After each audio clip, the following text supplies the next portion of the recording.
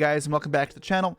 Today I'm going to be going over the 3 new engines coming out in Age of Overlord. Now, engines are a huge part of this game. Last decade or so, we've seen engines being incorporated into many decks where you have a specific archetype and a small package being included to synergize in some way. Some recent examples include the Spirit engine, Aratama and Sakitama making rank 4s in Exorcisters, or even super heavy samurais and their access to Barone or rank 4s without normal summoning at the price of a higher engine count. And the Vanquish Soul deck, or even in Rescue Ace, we've been seeing it. Now, there's many of other engines as well in the past that haven't been super relevant, but could be in the future, such as the Altergeist engine that lets you make Herald the Arclight, or a Link 3 for free, or even the Evil engine, which is something I'm going to touch on in a second. Now, before I continue, go check out tsx1.com and use the code POTATO10 for 10% off on all your sleeves. They are fantastic qualities, the ones I use at events, so yeah, go check them out. But anyways, let's continue into the video. Okay, so the first engine I want to go over is the Horus engine. So the Horus cards all share several properties. The 4 monsters in this theme are all level 8, and they all share the effect that if you control a Pharaonic sarcophagus, you can special summon this card from your graveyard, which is great. Now the question is, how do we get them there? The thing with most engines is you want them to be a 1-card starter type thing. You don't want to be a heavy investment. You're not playing a full-on Horus deck. That's where something like Imseti is good. So this one says you can send 2 cards of your hand to the grave, including this card, add a Pharaonic sarcophagus from your deck to your hand, and then draw 1. So this is going to be a nice neutral, and then obviously because you get the sarcophagus, this can come back. That's a +1. And if you compare this with graveyard effects, which you'll want to do in this deck, and you'll see why, you'll get some real value out of something like this. Now they all share one other effect as well. That is, if another card you control leaves the field by an opponent's card effect, they get 1 extra bonus. I believe that bonus does change per this one. Lets you send a card on field to the grave. Not targeting, which is nice, but also this effect is not really the reason to play it. It's just a nice kind of bonus. You see here, we are going to see what the sarcophagus does. We're just going to cycle this out and get the sarcophagus. We got a nice draw here as well. And sarcophagus has 3 abilities, but only 1 is really important. And even then, it's really just the name that's important here. This deck will kind of struggle against backrow removal, because if this goes away, you'll lose your Horus engine pretty much entirely. Let's play multiple of these, which is iffy. Because again, too big of an engine and lower quality cards, but I digress. In a format where there's not much backrow removal, you can really capitalize on this. But yes, the main effect you want to use here is that you can send a card from your hand to the grave, send a Horus from next to your grave. You can do this 4 times per turn, so you can send all 4 names. In the case where you lead with the Imseti, you only want to do this 3 times. That's fine. Obviously, you don't have to play all 4 Horus monsters. You're going to do this. You're going to play the number of Horus monsters that suit the amount of this cards you want to do in this deck.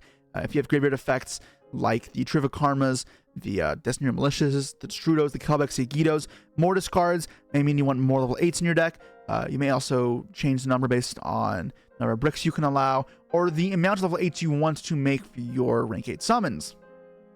Now there's 2 other effects here that kind of matter a little bit, which is your Horus monsters can't be by card effects unless they target them. This is to try and force your opponent not to do full-on board clears like Dark Hole. They have to trigger the effect here that if they send one, but whatever. Another one here that if they battle, you can kill a monster. Send that monster, which is nice, but again, the stat lines in these guys are pretty good, so it's not super relevant.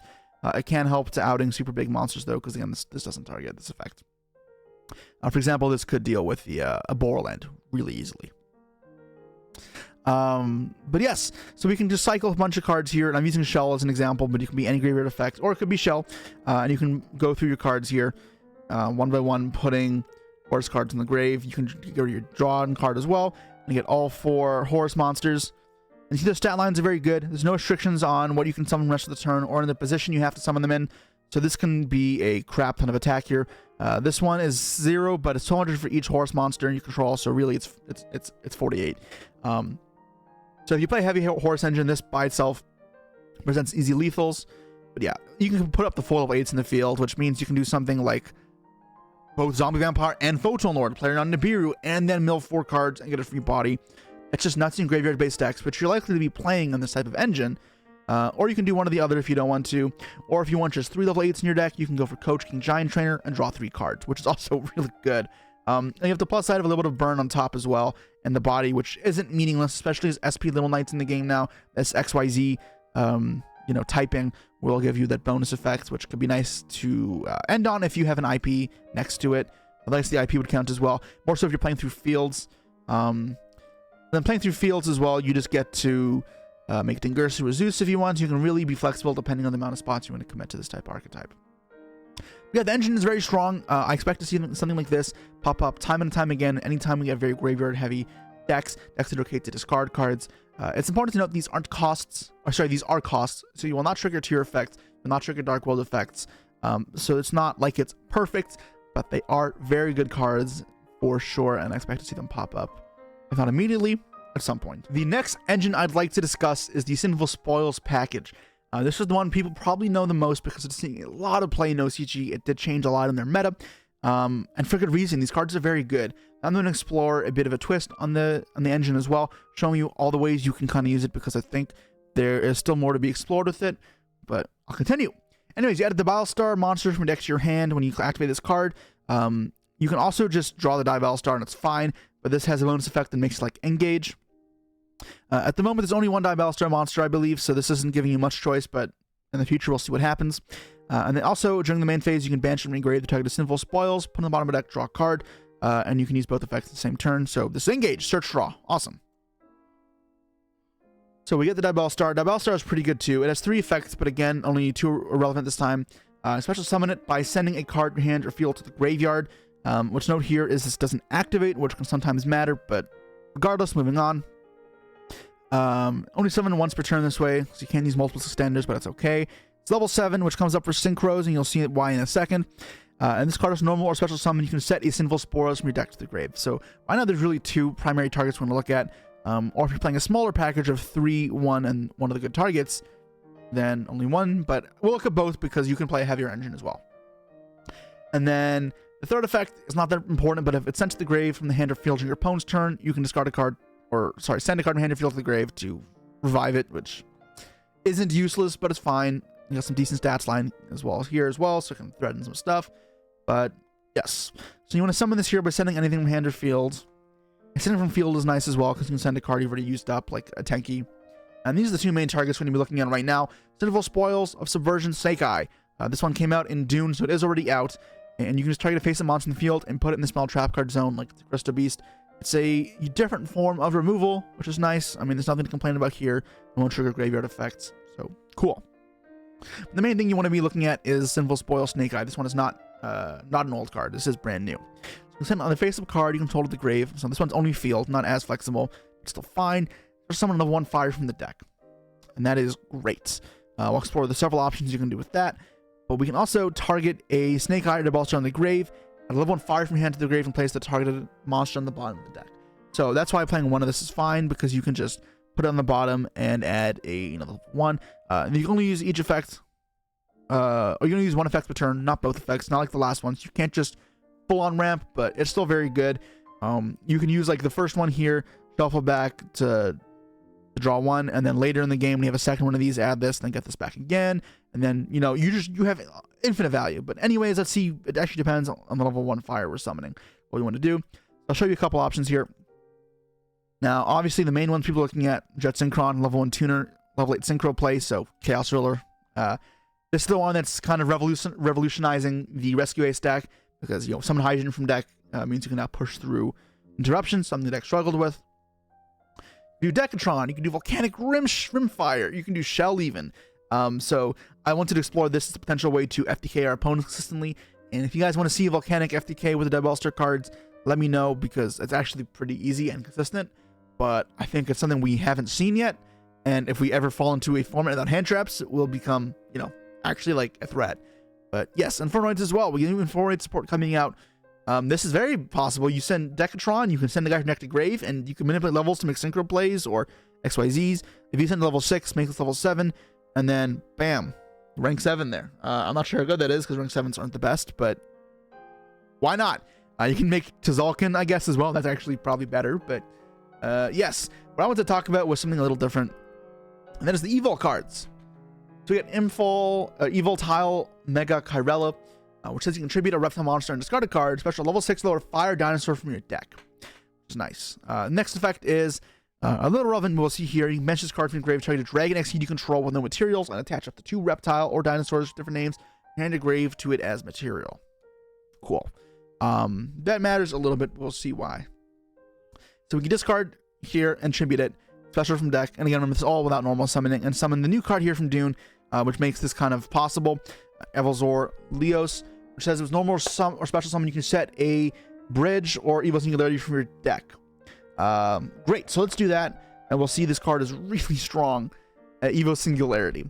Target evil tile and evil sword monster in your grave. Special 1 evil sword exceed from your extra deck, and if you attach those materials to it as material. So, yep, you have here. You just got to put that in the grave. And that has another effect, though, to make these actually become useful. Obviously, just linking this off an IP is not terrible, but you can one-up that. You can send a 5 reptile or dinosaur from your deck to the grave. Make 2 monsters on the field become that same type and level as that monster. Now we're talking. Because here we can send something like... Oh, we're going to do this first. My bad. So this singularity here can bring these back and then make something like Lars. It can make Dalka. It can make Lagia. It can make any of those 3.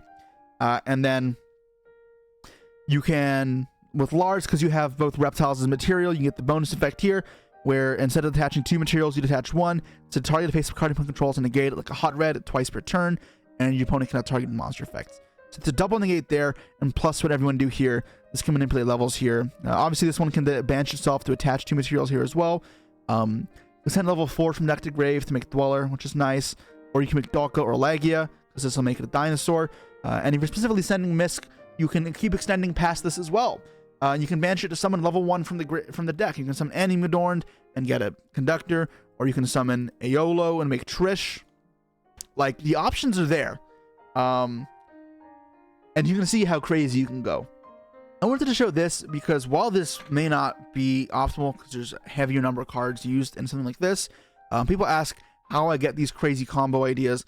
Part of it is combining all these engines, seeing the engines that have synergy together, seeing what the strengths they have, and really pushing to the limits the amount of synergy that and combos you can do. This is how you do it. This is without normal summon. You just have to send a couple random cards to the grave. You can do some really powerful stuff. And unlike something like Hero Lives, you have several copies of this in your deck because you have 3 Double Star and 3 Sinful Spoils, the Hunter Fiend. There's just a lot you can do. So, while I may not recommend playing Mega Kyrella in your decks just yet, it's something to keep in the back of your mind. Obviously, you could just normal summon this as well and do the same thing, but before this could have been a bit of a iffier package because there's no way to search it. You really just had the this to get going, but now you have a lot more something to explore. Maybe we'll see an Evil Zord Diabol Star deck come out as just like this is being the main deck and this is the engine. We'll see. I felt like I wanted to show you guys possibilities, but there's one engine left. That is Visa Samsara. So this is not that unfamiliar of an engine, and this card is only a single card, but it will change a couple things. It's been popping up in tier deck lists quite a bit, and we'll explain why. If you don't want a discard card, this is for you because this one, unlike the other 2, doesn't require you to pay that price. It will, however, unlike the other 2, require your normal summon. However, what's nice, unlike the punk cards, is as your normal summon, this does not actually activate any abilities. So you can play the Rite of Adventure cards with it as well. But anyways, let's actually explain what this card does. And its name becomes Visa Starfrost. And that's all that matters. Field or grave. So you can use it for Astrolaud, unlike Visa's Armatara, which is only in the field. But yes, you can link this away for Lightheart, and that's you can kind of see where it's going here. Level 4 tuner, so you can normal summon this, unlike Visa's, not a huge commitment. There's another bonus effect here as well, and that is if you have in your hand, you can target any number of Visas that are banished, field, and or grave, although really it's just grave or banished you're going to target. Shuffle them into the deck and summon this card from your hand. So a little bit of extension, and it reduces redundancy because, you know, it's a problem that sometimes where you have too many of the same normal summon, you don't have to worry about this because multiples work together. That's always a plus side when you're looking at an engine.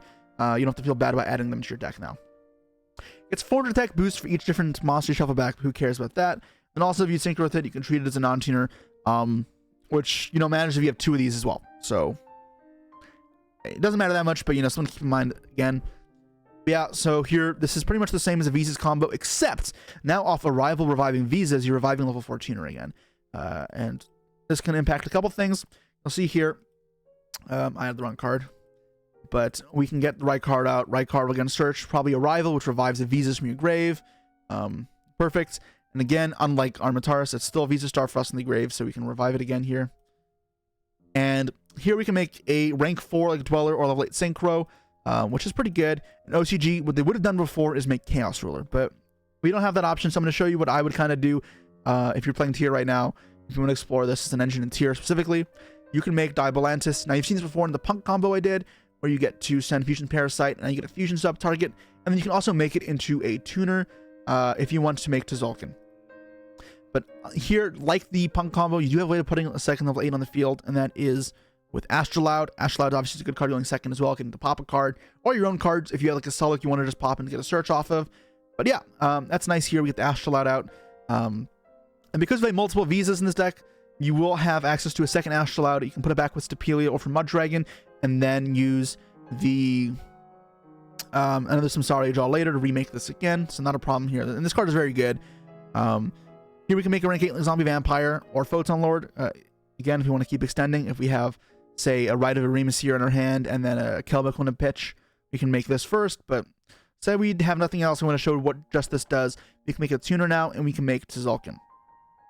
Now, unlike the Punk cards, you have the field spell here. Now, with the Punk cards, you could have got the field spell by playing a heavy Punk engine with the field spell, but I don't like that. I think that is really heavy investment. At least with the Scarecrow cards, I think it's not as bad. Here you get Tzolk'in out, you go AFD, and you can do a little shenanigans. So here we get, Planet, we get Rhino Heart, and we put the Fusion Parasite in the grave, so it's all set up, and we can there make Sharon. Now, we can overlay 1, 2, or sorry, Fusion Summon and make Kalos. You can make something else as well, but it's fairly flexible. It doesn't have to be any one thing. Now here you have a couple options. You can make a random link 2, then sprint, send a Merly, and fuse these two together for a Mud Dragon, and make Dweller. So you have Dweller with Kalos, which was the tier end field for a while, which is fine. Or you could try something else. This is another version you can do, which is a little more elaborate, which is Cross Sheep, and then turn this into IP. This will trigger the Cross Sheep, because even though you can summon a fusion, it still points to fusion while the monster is summoned there. Trigger the effect, you bring back anything. In this case, I believe the only target in this scenario was Rhino Heart, which is fine. And then you get to just send Merly Osprey still and make, in this case, Stapelia. Put back the Astral out again, like we said, for some plays in the future. You also haven't used this in the grave, which is nice, because now, whenever you draw the Samsara next, you can special summon the Samsara by shuffling back this one. So you don't have to commit your normal summon again. And then you get to revive the Light Heart. And then you can make the SP Little Knight. So let's actually push through on follow-up really well if you have a second one. But anyways, here, assuming we are not saving the SP Knight for later, this can make SP Knight on their turn. So as far as one card goes, this is, very strong. You could also be cute and make a second sprint, and then fuse with Merly in their grave again, and then 1, 2, 3. Say you already used through a Kalos, make Kaleido, spin, pop, and do what you want. Plenty of options is the point here, and kind of get you going into tier, which is kind of the problem with everything being limited, is you have to get going, and that's not always that easy. But this, in theory, gets you there. And we've seen this as a possible engine in tier in the OCG, and I think it's definitely worth exploring, even without Chaos Ruler, although you will kind of have to change the identity a little bit. Something else that's important to note is with the Visas Samsara, you can make Visas Armatara if you have another light monster. Unfortunately, you can't make it with these two because it requires a light and a tuner, so in this case, it would not work. It does, however, not stipulate a non-tuner, so if you have 2 Samsara, it works. It also works in another way, because this just says it can be treated as a non-tuner, but either way, that's an option as well. And Samsara will get you, or the Armatara will get you the planet, so you have several ways to access this, which is important, and this card is insane. Makes sense that you'd want to have access to it. But yeah, those are the 3 engines I wanted to show off. I hope this was informative. I know some of these engines you may have already been familiar with, but I wanted to at least show a couple of things that maybe weren't as well known to the public yet. And I think these are 3 things that will definitely be incorporated into my testing as we approach YCS, Indianapolis, Bolivia, Richmond, and Bologna. 4 events that should be in the heat of AGOF format, it'll be very interesting to see if any of these engines, or how many of them, will be relevant. I think at least in full spoils package will be relevant. That one's almost guaranteed. The other two that are the big question mark for me. But I think either way, these 3 engines will almost certainly see play at some point. They are strong enough that I felt I had to go over them. If you have any questions, please feel free to let me know. I may make a video about any questions in the future. And then also, if you like this type of content, if you want to see more of this type of content, any sort of feedback, don't be afraid to let me know. Even if I don't respond, I promise you to read the stuff, and I try to incorporate it into future videos. But that's all for now, guys. I'll see you next time.